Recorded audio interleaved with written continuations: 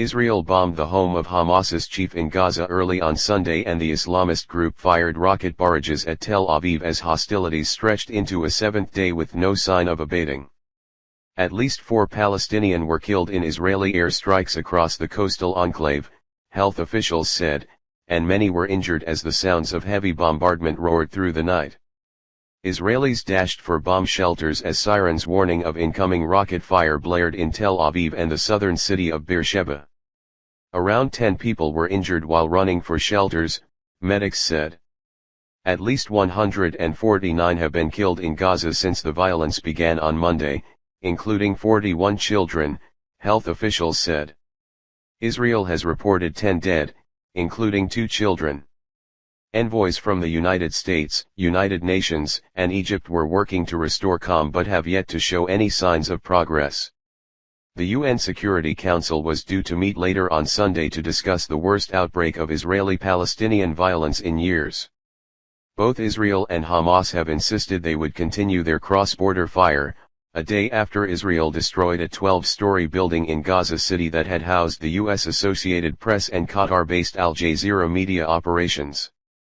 The Israel military said the Al-Jala building was a legitimate military target, containing Hamas military offices, and that it had given warnings to civilians to get out of the building before the attack.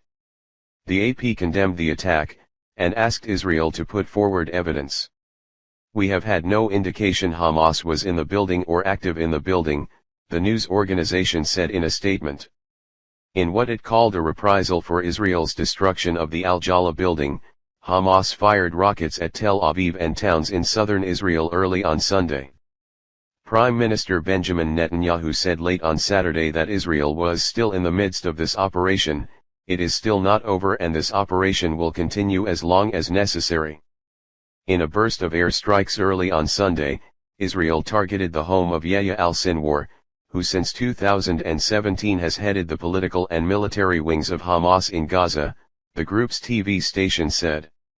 Another airstrike killed a Gaza neurologist and wounded his wife and daughter, Palestinian medics and relatives said. Al-Aqsa. Hamas began its rocket assault on Monday after weeks of tensions over a court case to evict several Palestinian families in East Jerusalem, and in retaliation for Israeli police clashes with Palestinians near the city's Al-Aqsa Mosque, Islam's third holiest site, during the Muslim holy month of Ramadan. Speaking to crowds of protesters in the Qatari capital of Doha, Hamas chief Ismail Haniyeh said late on Saturday that the underlying cause of the hostilities was Jerusalem. The Zionists thought they could demolish Al-Aqsa Mosque. "They thought they could displace our people in Sheikh Jarrah," said Haniyeh.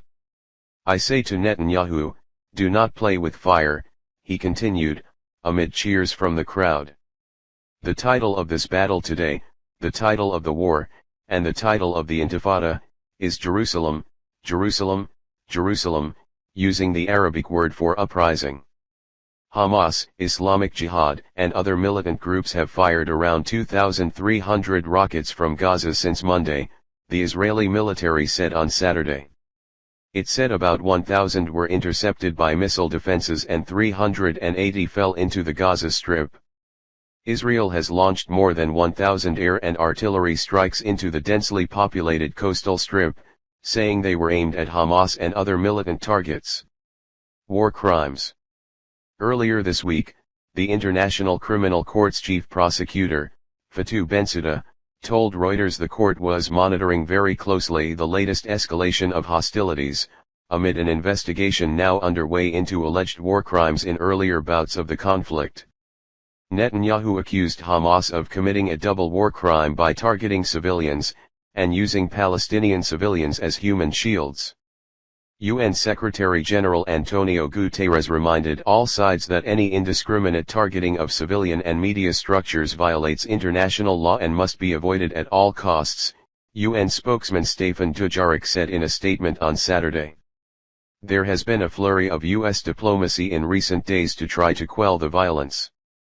President Joe Biden's envoy, Hadi Amr, arrived in Israel on Friday for talks.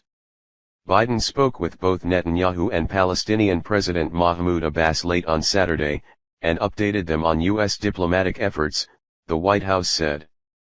But any mediation is complicated by the fact that the United States and most Western powers do not talk to Hamas, which they regard as a terrorist organization.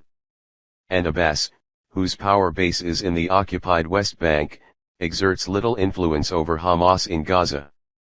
In Israel, the conflict has been accompanied by violence amongst the country's mixed communities of Jews and Arabs, with synagogues attacked and Arab-owned shops vandalized. There has also been an upsurge in deadly clashes in the occupied West Bank. At least 12 Palestinians have been killed by Israeli troops in the occupied West Bank since Friday, most of them during clashes. Thank you for watching. Please help to subscribe for getting new videos.